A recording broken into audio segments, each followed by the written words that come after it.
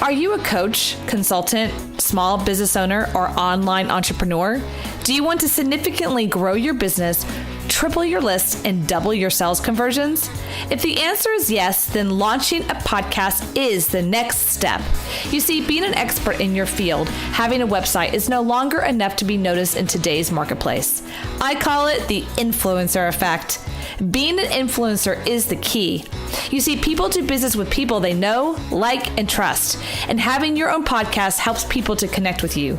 If you're interested in having me help you launch your own podcast, grow your influence, and promote your business, then go to influencergrowthformula.com. That's influencergrowthformula.com. And let me help you rise to the top.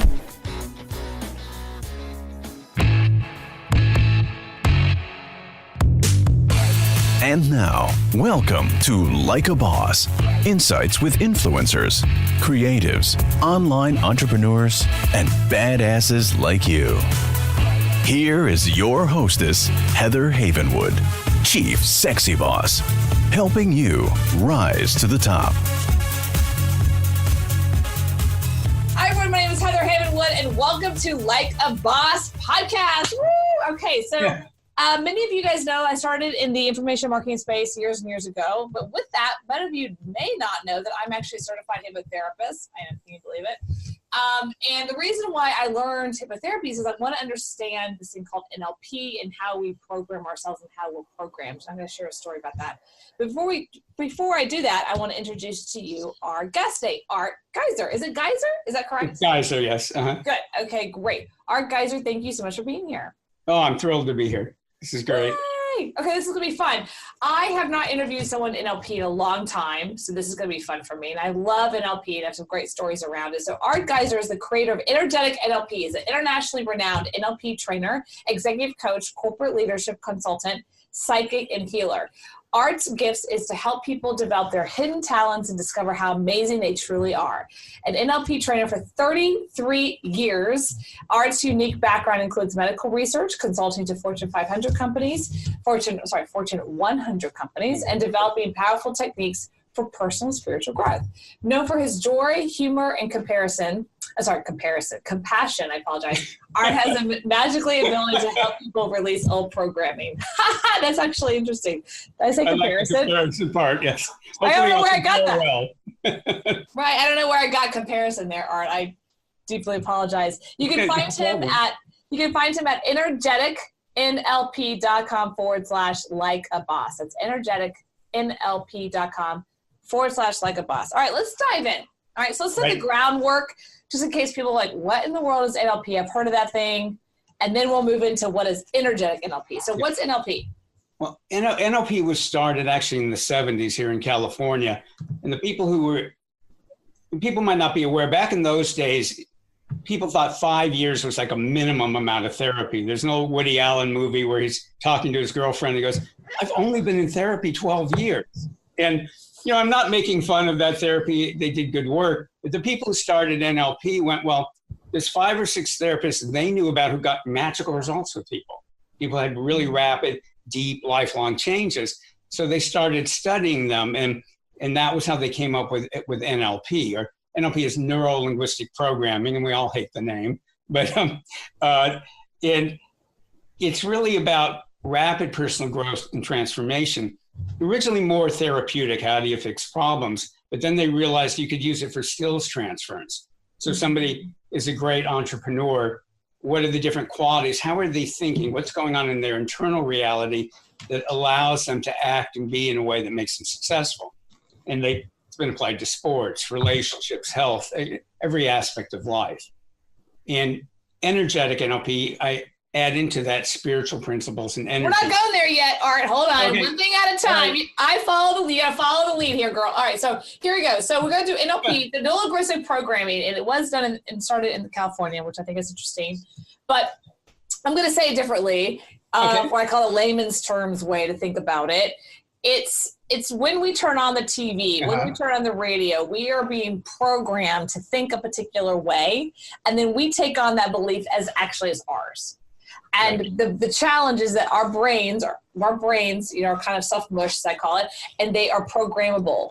So we can go back in time when we were kids and we can think about how we see money, people, race, whatnot. Mm-hmm. And usually those particular belief systems are ingrained in us at a very young age that we don't even know it. We take it on as our own.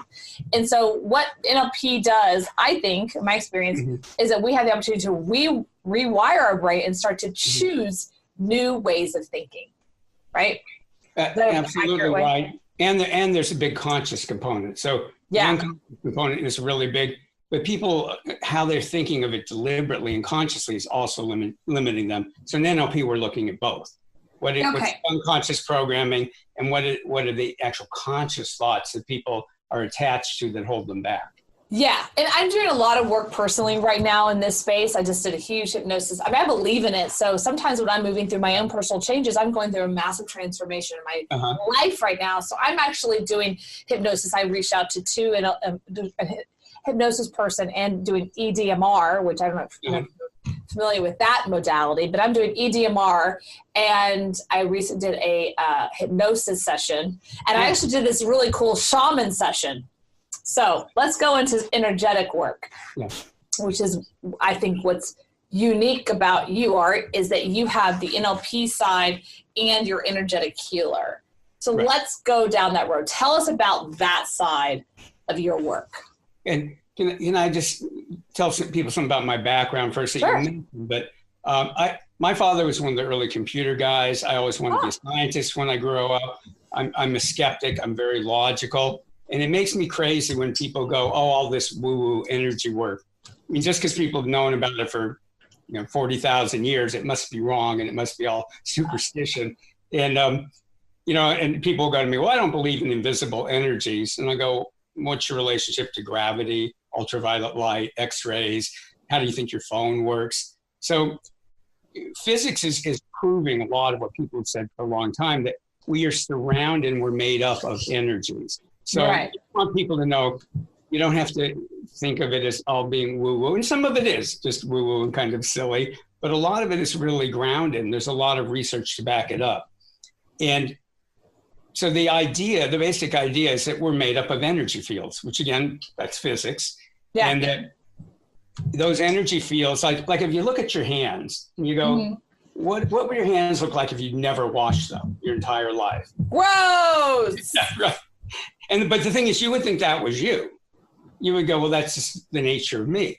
And, I don't move well and I'm crusty and stuff, but that's me. And then if you fell in a river or lake, you come out and go, what is this?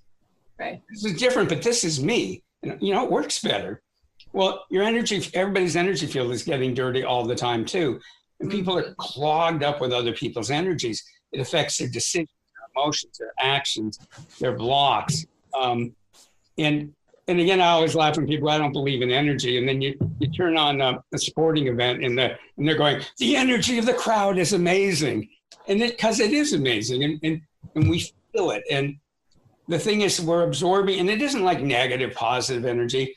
It's like, if people are absorbing my energies, they're Art's energies, whether they're nice or not, they're not yours. And so a lot of what I teach people is 3 or 4 really key, simple energy techniques to clear their energy field and get in touch with their authentic self. Because when they clear other people's energy, they're clearing, it's like unconscious programming. It's another whole set of programming. They're clearing emotions. So then you get in touch with your true self, your true abilities. And and the great thing is it's easy. Okay, yeah. So, all right, I'm going to interrupt you. Yeah. A couple things with this is, so I like I said, I went to a shaman recently, and basically what he's doing, if I could, if he's here, he probably says something different, but what he did is he cleared out energy that was stuck onto me, I would say, by just being around other people and relationships and whatnot and intimacy and stuff like that. So once that's kind of cleared up, what happens in my experience is my energy, my vibration rises. And when our vibration rises, we start to attract different things in our life. Just like the same way when our energy's low. Now, I just read something recently, and I'm curious what you think of this. I don't know if I believe it or not, but I'm curious what you think All right. So it was a book I picked up, and the book, I'm of course paraphrasing, but the book basically said the following. It said, in their experience as an energy healer themselves, they found that people that have, let's call it, they're addicted to alcohol or drugs on some level, they found that a large percentage, like 80 or 90% of the people that had that, it wasn't a disease necessarily, it was, let's call it an energetic entity-ish piece. Like some kind of karmic thing and or an energetic entity that was more causing that than themselves. That if that was cleared up, their whole point, if that was cleared up, that their desire for the alcohol and drugs would be greatly diminished. What do you think of that? I would describe it differently, and I agree with it. Yeah, and where I would describe it differently is particularly in the shamanistic traditions. There's a lot of things they consider entities that some of us would call thought forms. And every group of people have what are called these collective thought forms that contain rules for that group. And alcoholism or any kind of drug addiction or any kind of addiction, the groups create thought forms. And when people get hooked into that, they're being programmed. So it might say, I need to snort this, I need to take this. So it's like you're connected to a computer. So it can actually be a consciousness, but a lot of times it's more like a machine. It's more like a robot or a computer that's sending instructions. And if you want, I can give you a quick kind of fun example of it. So years ago, I was working with this teenage boy, and his mother thought he had memory problems, and we got along real well. So you don't have memory problems. I go, you have attitude problems, because he'd forget like dentist appointments, homework, but he could tell you everything that happened in the book.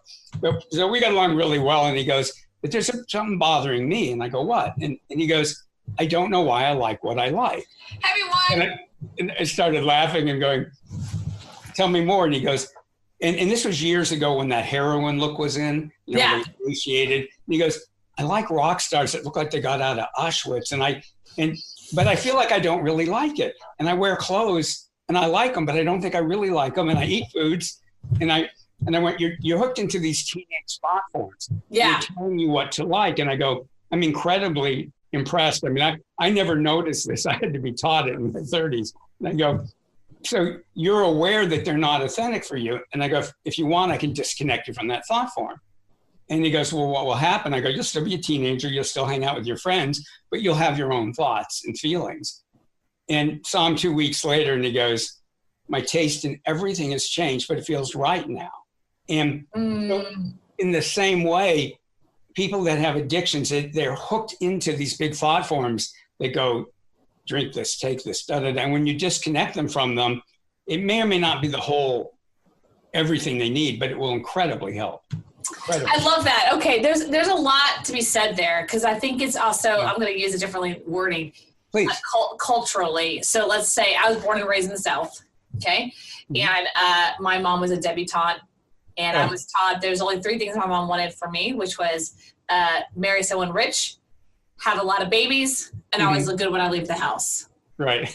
And what I say to my mom is, 1 ain't 3 ain't bad, Mom. 1 ain't 3 ain't bad. Right. So obviously I did not marry, and I don't have kids. So there you go, Mom. But there is a social construct. And the only reason I was able to really kind of break that social construct is that I actually ended up moving to Florida and traveling the world. And I traveled the world for work for almost 6 years.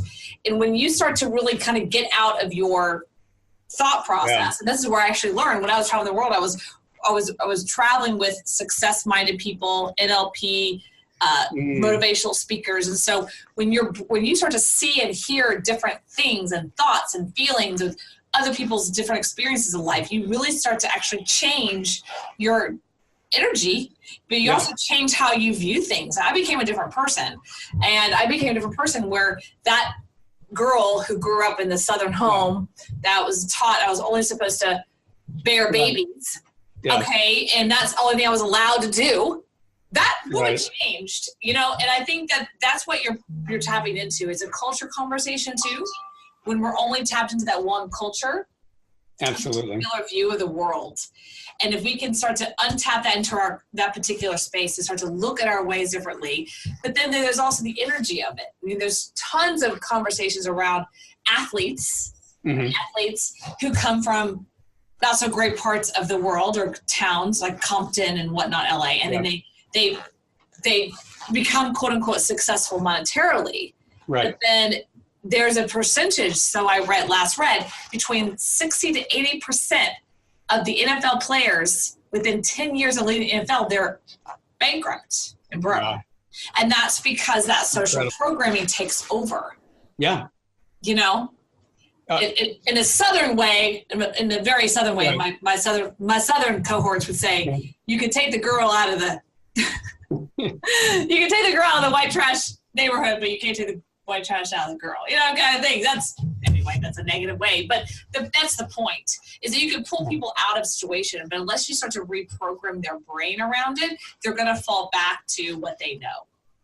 Well, I think what you're saying is one of the most important things in life, and like when I teach an energetic NLP program, I make them take a pledge at the beginning that they're not going to believe anything that I tell them. Yeah. And I go, we're going to clear energy and you're going to connect with your inner wisdom, your heart's desires, your truth. I go, I'm not invested in you believing what I believe. Yeah. And we consistently keep doing that. So what you're saying about getting it culturally and consciously, that will affect the energy too. And then when you also work on it energetically, because these players they're hooked into thought forms, and some of it's from their upbringing. Some of it is, that they're hooking into other players who have the same, we like resonate off one another. And even like when I've been to like a internet marketing conference or something, friends of mine that work with energy, they'll go, they taught you a lot of great stuff, Art, but some of them, their attitude toward marketing, not that it's bad, but it's not yours. So they'll help me pull their energy out of my space. And then I can take from them what works for me and use it well, but not without being them. And from an energetic NLP viewpoint, we said you became a different woman. We'd say you became who you were. That authentically who I am. Wasn't you. Not who I was born into, but who I really am. And I deal with that today in my business. I think that what happens with today is a lot of people look at me and go, oh, you're like, and they compare me to other women entrepreneurs like, right. You're like this, you're like this. And I'm like, no, I'm not. I'm not like her. I'm not like Marie Folio. God love her. I think she's great. I can't do what she does. Yeah. She does her hair for 2 hours, and then she's got 5,000 makeup artists and outfits and I even tried that a couple of years ago. I'm going to be like Marie. And I did the whole thing. I hired got a studio. I rented it. I hired a video guy. I got the 5 outfits. I got the hair done. And then I did 5 or 6 videos, because that's what she does in a day or something like that. I don't know how many. And I was exhausted. I hated it. I didn't like how it turned out. And because it was too canned for me. It was I had to do the scripting, and that's not me. I'm an improver. Let's move this baby. Let's have some fun. I barely talked to you before we got on. I'm like, okay, your name is, it's kind of what we talk about. We're good to go. So because I like to pull in the moment. That's just me. That's great. I'm more like you. A good friend of mine, Charlie Shepard, has a wonderful consulting firm, and I was doing some work for his firm, and he'd always start off with a magic trick. And Charlie's, and it would tie into the theme of the program, and people would love it, and I would do it, and it would just, and I finally went down, like, Charlie, I'm going to find something else to do, because it's just not me. Yeah. It's I couldn't do that. I couldn't do that either. He's going, yeah, that's fine. He goes, it works for me. You get the same result however you want to get it. And I'm like you, I'll riff off the moment. In fact, I studied a little improv theater in college, because like you, I like to let's play with what's happening. Yeah, I did a year of improv, and then I did recently, 6 months ago, I took a class on comedy, and I learned how to get on stage and do comedy. And this kind of ties into what we're saying. So this is a true story. This ties exactly into what we're talking about today. First day of class at my comedy show, the girl stands up and goes, some of y'all are here today because someone told you were funny. And I raised my hand. I go, no, I've been told since I was a kid I'm not funny. And everyone did that. They all laughed. And I was like, I'm actually serious. Like, in my head, I'm not funny. Right. So they all thought that was funny. And then the teacher was like, oh, you should use that. I'm like, but I'm not like fucking with you. I'm like in my view, I'm not funny.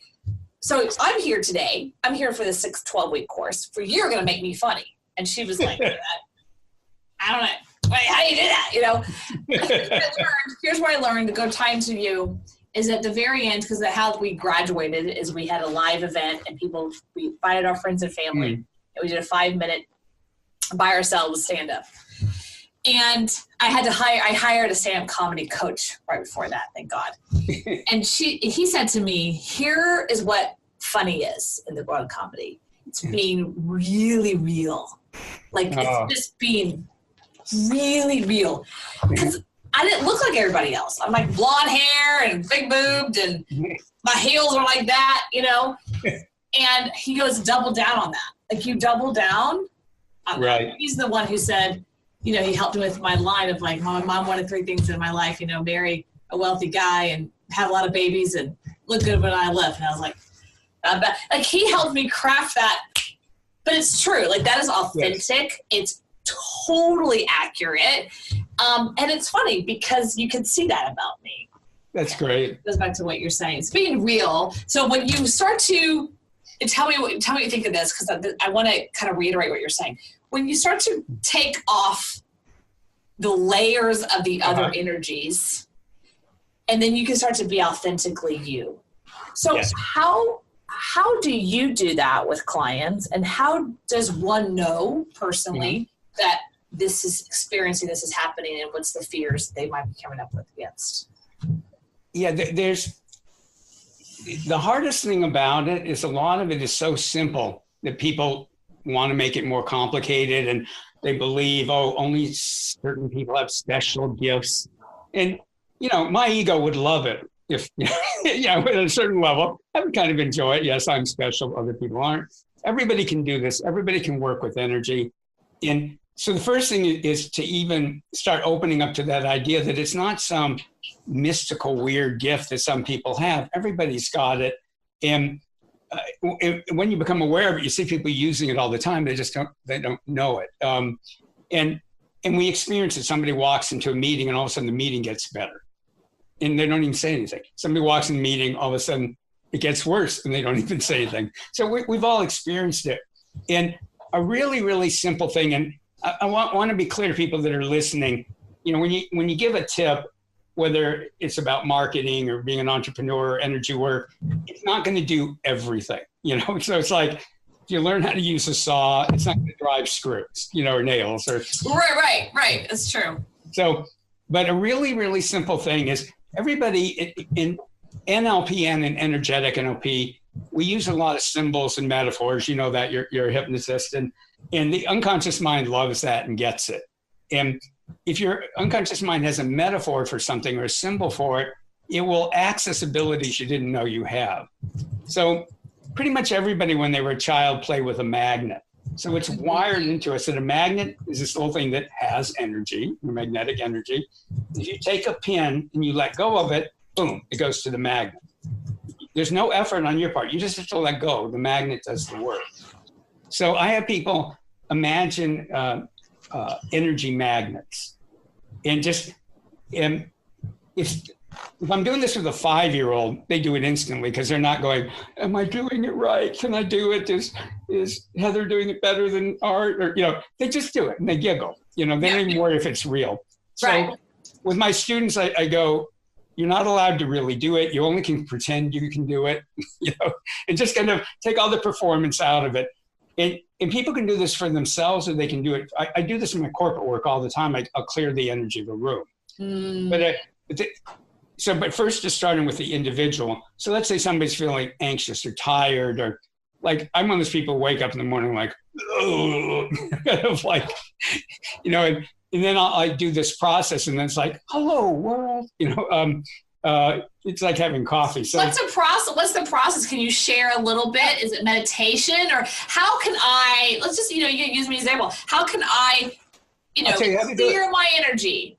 right now. And Let's do it. yeah, so all you do, we're going to repeat this 4 times. You imagine a magnet floating out in front of you. You're not right real close, out in front of you. Okay. And just pretend that it has the ability to pull other people's energy out of your energy field. And depending on some belief, you put either your spirit in charge, your inner wisdom, whatever works for the person. And you don't try to get everything, just whatever comes off easily. Because you may feel sometimes a tug of war, leave those alone. Whatever comes off easily, and then the magnet goes in the earth, and the earth recycles the energy. Okay. All right. So magnet out, visualizing those energies being pulled to the magnet, and then imagine the magnet going back into the earth and releasing. And for people who don't visualize well, all you have to do is pretend it's happening. Yeah. And then you do a magnet above your head, and it clears from your shoulders up through your head, around your head, going up at least 9 feet, 3 meters above your head. So put one way up above your head and just let it clear all of that. Because the energy field goes at least usually 9 feet above the head, 3 meters. Okay, so we have one in front.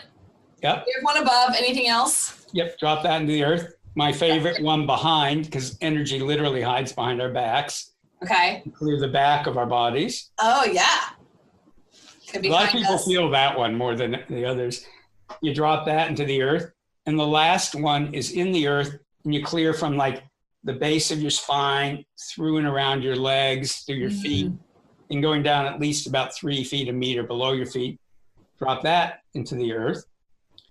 And then imagine above your head like a rainbow ball of energy. And again, let your inner wisdom, your spirit, pull in whatever energies will help you with whatever's up, whatever you're going to be doing. And then you fill back up with those energies. Ooh, I like that. Isn't that great? And really great. And for people who work on teams or have teams, I do that. My students do this all the time. And my clients, a lot of them, that they're high tech, pharma, financial. So I don't even tell them I'm doing it. And the thing is, you don't control other people's energy, but but anybody, let's say you're in a meeting, particularly if you're running it, you just imagine outside the room is a magnet, and you just ask your spirit or inner wisdom to clear the room of any energies that aren't helping the people in it. So, you're just going, okay, whatever isn't helpful for us is leaving.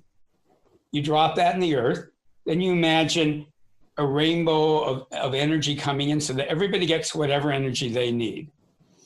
And I've seen meetings go from everybody going, rah, rah, rah, rah, rah, rah, to all of a sudden, we can do this. And, you're right. And, literally, it's one of my people who study with me.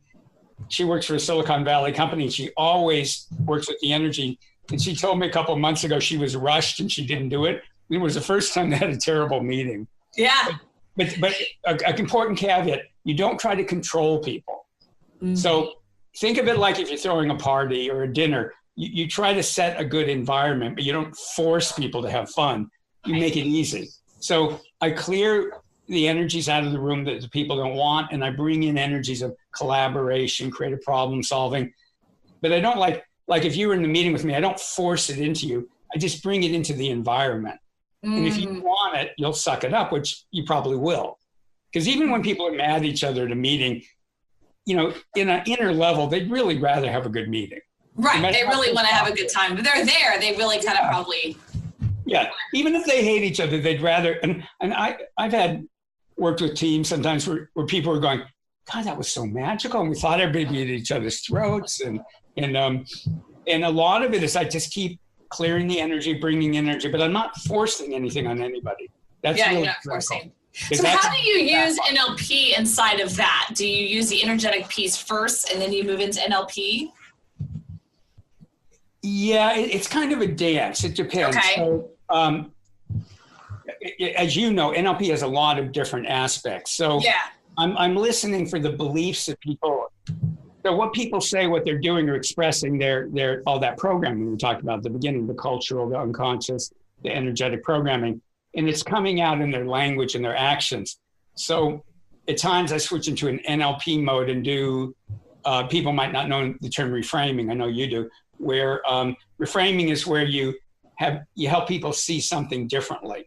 So Yeah. an example of that, let's say you have somebody on the team who complains a lot. And if I'm working with a coaching, executive coaching, a leader, I'll go, well, that person really cares. They'll go, what? And I'll go, if they didn't really care, they wouldn't be complaining. People who don't care, they just let it slide. They just sign it on. So, you can look at somebody, they're a complainer, but if you look at them and go, what is it that they're committed to? Mm-hmm. And speak to that, they stop complaining. And because they when you get like, they think they're helping. Okay, what is the gift in there, and how do I help them do it in a way that works better for the team? NLP has a lot. When I'm working with people one-on-one, this belief changes. There's a changes. So it's kind of a dance, because the reason I started bringing it together is you can do miracles with people energetically. You can do miracles with people with NLP, but there's some things that NLP won't take care of, and there's some things the energy work won't take care of. So let's say with a shaman or a great healer, if you have beliefs, let's say that you're unworthy and you're not deserving of a healing, you either won't accept the healing or you'll take it apart and go back. And I used to have clients back in the 80s who do that, and I didn't understand it. They had beliefs that couldn't accept the healing because they were bad, they should be punished. So then I'll switch to an NLP mode, and we'll work on changing those limiting beliefs, and we'll go back to energy. So it's like this dance. Oh, it's a nice little dance. You're getting both modalities together, the belief systems, the energy, the belief systems, the energy. And so you're kind of going that together. That's really interesting. Yeah, and ways of thinking. Again, I know you know a lot about, but NLP is a lot about the processes by which we're thinking, and even little tiny details like in your mind, how do you picture something that you believe or something you doubt? And then you can help people like change beliefs. And, there's just all these, NLP is magical, and the energy work's magical. When you put them together, it's like magic times magic, Right. It's really good. Well, it does help people release old programming, karma, emotions, limiting beliefs. Yeah. And they really discover who they truly are. So I want to make sure everyone knows the website. It's energeticnlp.com/like-a-boss. That's energeticnlp.com/like-a-boss. We're talking to Art Giser, Giser. You can find them there. Tell us more what they'll find at the website, energeticnlp.com/like-a-boss. Well, they'll find three things. They'll find a webinar that they can access on demand that will teach them not just that energy technique that we did before, but I think there's 3 energy techniques everybody absolutely needs to know. And like I say, particularly here in California, a lot of top Silicon Valley executives, they know this stuff. So there's that. There's, if people want to have a discovery session one-on-one with myself or just a couple of people who do them for me. It's not a sales call. It's a discovery session where people, and they get a little energy reading as part of it to like, what's holding them back, whether they're successful or not, but what's holding them at whatever level they are, what would it take to move forward so they can apply, because we don't take everybody, they have to go to an application. They can apply for that free session. They can have the free webinar. And then there's a free shorter video that helps people open up to the helpful spiritual energies that are around us. That's, he says modestly, is really great. Yeah, they're really great. Yeah, they're really great. I love this. This is a great, I could talk to you about it all day. I believe that as I move forward in my life, that the energy of me and the people around me are way more important than I thought, Yeah. So I think that am I encouraging the listeners to really consider what energy is and how they're ignoring it or not ignoring it. I think we've all walked into a room, especially women, and feel something's off here. Oh, yeah. Earlier today, I had an interview. I do interviews back to back to back on my interview day, and didn't go well at all. It was an energetically disaster. And I had to it wasn't you, Art. And I had to clear the space a little bit for the next person because it was on me. And in fact, I was starting the next interview and I I bumped my coffee. The coffee went all over my computer, and I was freaking out. I'm like, oh my gosh, So I had to take a minute and kind of clear the energy a little bit with myself, so that it gave opportunity for you and the other people I'm interviewing today an opportunity to show up, newly. And it could really make a difference. And I can't tell you, like, that person was bad. It was our energies, his and mine, were just kind of like this clashing and just like fighting, in a weird like way. And if you listen to the interview and, you'll hear it at one point. We kind of like literally start fighting, and I'm like, he's a stranger. And it was like, we started fighting literally on my interview. But you know what? I'm okay with that. It's like, not all interviews would be perfect. Yeah. At the same time, I'm not going to, if someone asks me who the other person is or what happened, and it's not like, it's not them. It was the energy. Our energies were just literally clashing, And so I think there's a lot to that. I know in a business sense, when people say, why don't you like that person? I'm like, I don't know. There's something with our energy that doesn't fit. And I was showing more time. I was at an event on Monday, beautiful dinner here in Austin with beautiful entrepreneurs. I had a beautiful time, met some beautiful people. And then there was this one person that this was off, and I just loved them anyway. And I had someone come to me and go, hey, you really upset so-and-so.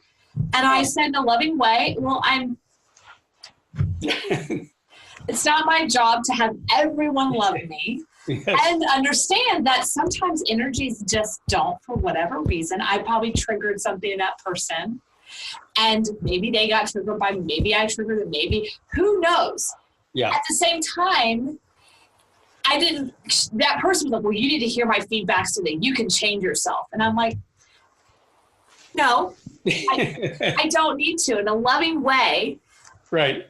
It's okay that person didn't like me. It's okay that our energies didn't mix. It's okay. It's okay. And then we went out to drinks later with the same person. And again, they're doubling down. You need to listen to this. And I finally said, look, did you know that 51% of the listeners of Howard Stern hate him? Did you know that 60%, if not 80% of people that read, Donald Trump's tweets hate him? It's okay that someone didn't like me today. Like, it's okay, And I think there's something to that at an energetic level. That it's like, it's okay that energies don't mix perfectly, Well, what you're saying, there's several super important things that you're saying. Okay, go ahead. But let me just underscore, a lot of times when you don't get along with somebody, it's some energy in their field that isn't them, and some energy in your field that isn't you. Probably. And when you clear your energy, and if you do it respectfully, you can't just clear somebody's energy, but there's ways you can internally, like part of teach people, there's ways you can get permission without saying it out loud. If they give you permission, I just put a magnet and clear what's not authentic to them, clear what's not authentic to me.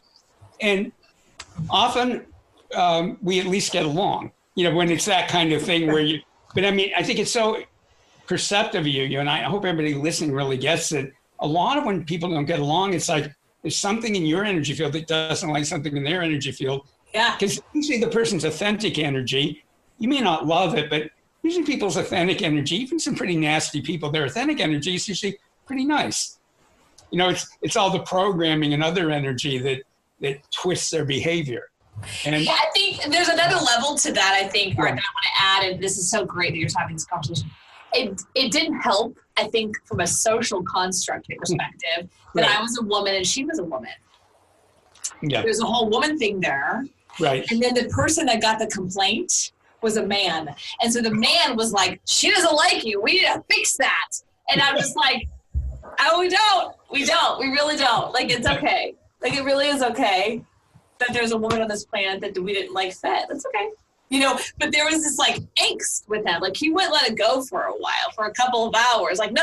If it was me, I would really want to know. And I'm like, it's okay. Like, it really, I send her love, and whatever her response is to me, I honor her and her view of me. And I don't know what it is. It's okay that I don't know. I don't need to understand it, whatever. And I felt it was energetic because there wasn't something specific that she said. Right. There was an energy thing happening with her and I that was very like, something's like, rah, rah, rah. And I just kept smiling, like, I'm just going to smile through this because there's something energetically happening here. And I just kind of like go, sometimes you just kind of have to really go, you know, but there's a social construct with women also than men. And then having that the person that they complained, like, I don't like her because whatever, was a man. So the man really had to like, I got to fix this. Two women don't like each other, you know? And I'm like, sweetheart, like, it's all good. You know? I remember the first time I was listening to a cousin of mine's girlfriend talk about how wonderful he was and he didn't try to fix it. And I remember thinking, oh my God, people don't always want you to fix it. And particularly women don't always want you to fix it. They want you to shut up and listen. I mean, it was just like this light bulb. I was like, so true. Oh, that's why I piss him off sometimes. Yeah, so true. And so the other woman obviously was like tapping into that with him, like, you need to go fix her because we had him in common, like he knew her. And but for me, I was like, I'm not interested in fixing it. Like, it's actually perfect because what's so fascinating about that specifically. Over the period of my years, I can also tell you there were two women in my life that when we first met, we hated each other. We clashed. But because we had that clash, and over time we like moved through it, we became like besties because we were able to like, I don't like you. I don't know what. I don't know you either. You know, and then we were able to like somehow along the way shift it and love who we are and almost like honor that part of that other person that we didn't like at the beginning. And that allowed me to honor me and honor that piece of me. And then I shifted it and she shifted it and we became like lifelong friends. So that's why I think what my point is with this is sometimes it's okay that things aren't energetically working. Yes. And clearing it massively helps. And like you said, we can't always force someone else's energy to change. Just don't make it wrong. That is, right? In my programs, I'm always going, we never say it's positive or negative energy. Yeah, it's just go, I like it or I don't like it. Yeah. It's like I like that flavor, I don't like that. It's the same thing. We don't have to make it bad just because we don't like it. Right. Yeah, totally. Yeah. Yeah, that particular person, her words were, well, she was defensive. And my response was like, I was just saying my truth. It's all okay, So it's interesting. I think that that's why what you do, it's so powerful what you do when you're working with executives at that high level. You are working with a whole nother world. You're really working at that higher level. It's way beyond knowledge and strategy. Totally. Knowledge and strategy is the beginning, and then you move into energy, and you move into NLP around energy. It's next level. It's way up there next level. It reminds me of a lot of work I did with Joel Bauer back. A lot of work with Joel Bauer. Sorry, we can talk forever. I want to let you go. This is great talking to you. I love your energy, and I love your insights. It was really great. A fun conversation. Thank you. You don't find me defensive. Okay, I add one thing real quick is when I learned at NLP is like when somebody says like you're being defensive, it means they're probably being defensive. Usually whatever we accuse the other person of, there's a good chance, that, am I doing this? Oh, I'm being defensive too. Right. Yeah. No, I got that. And and my old self would have been like, well, I got to go talk to her or tell me what she said. But the new self is like, okay, all right. Yeah. She found me defensive. Okay. You know what I mean? And I think he was like, well, you need to fix that. I'm like, do I? Do I? So energeticnlp.com, energeticnlp.com/like-a-boss. Yes. Go check it out, everyone. This is really powerful stuff. If you are a leader in any way, thought leader, want to be a leader, want to be a boss in your own life, I highly suggest you really take on beyond knowledge, beyond strategy, move into energetic conversations as well as NLP. So thank you, Art, for being here. My pleasure, and love your podcast. Keep them going. Thank you. Everyone, this is Heather Havenwood. Check us out. Please, please, please go to Amazon and type in Heather Havenwood Like a Boss and give us a rating and enable that skill on your Alexa. This is Heather Havenwood. Check us out at heatherhavenwood.com. Have you ever wanted to stop the 9-to-5 grind and start your own company? Do you want to have more control of your income and your time? Then now is that moment to start and grow a successful business. As a female entrepreneur, I have succeeded. I have bit the dust. I have bounced back to growth and prosperity. But this would not have been possible without first taking the leap and owning my own business. But I didn't do it alone. I hired my first business coach 13 years ago. And now I help small businesses, solo practitioners, and professionals double their income and triple their time off. So let me help you too. My gift to you today is a free one-on-one strategy session. So go to coachwithheather.com, coachwithheather.com, and let me help you double your income and triple your time off.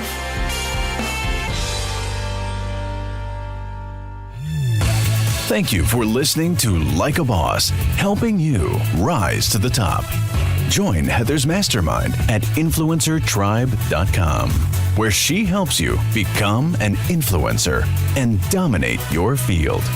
Follow Heather Havenwood on Instagram. Interested in interviewing or scheduling a call with Heather? Go to callwithheather.com. For more, go to heatherhavenwood.com.